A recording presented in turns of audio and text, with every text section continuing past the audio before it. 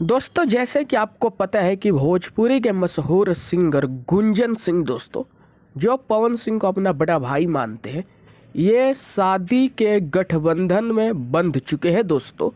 इनकी बीवी जो है बहुत ज़्यादा खूबसूरत है दोस्तों। जैसे कि आपको पता है ये अपने शादी का रिसेप्शन, जिसको हिंदी में बहू भोज बोलते हैं, इन्होंने रखा था दोस्तों पटना में, और बड़े बड़े स्टारों को बुलाया था दोस्तों। पवन सिंह को भी बुलाए थे दोस्तों, बहुत सारे हीरो हीरोइन गए थे, गिफ्ट लेके गए थे दोस्तों। लेकिन पावर स्टार पवन सिंह इन सब में सबसे बड़े स्टार है दोस्तों। तो पवन सिंह के तरफ से एक खबर आ रही है दोस्तों, पता नहीं सच है या फेक है, कि पवन सिंह ने बहुत ही महंगा गिफ्ट दिया है।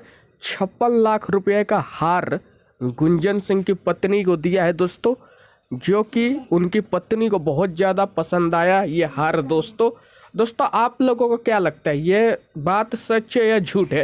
लेकिन पवन सिंह मुझे लग रहा है दिए होंगे महंगा गिफ्ट।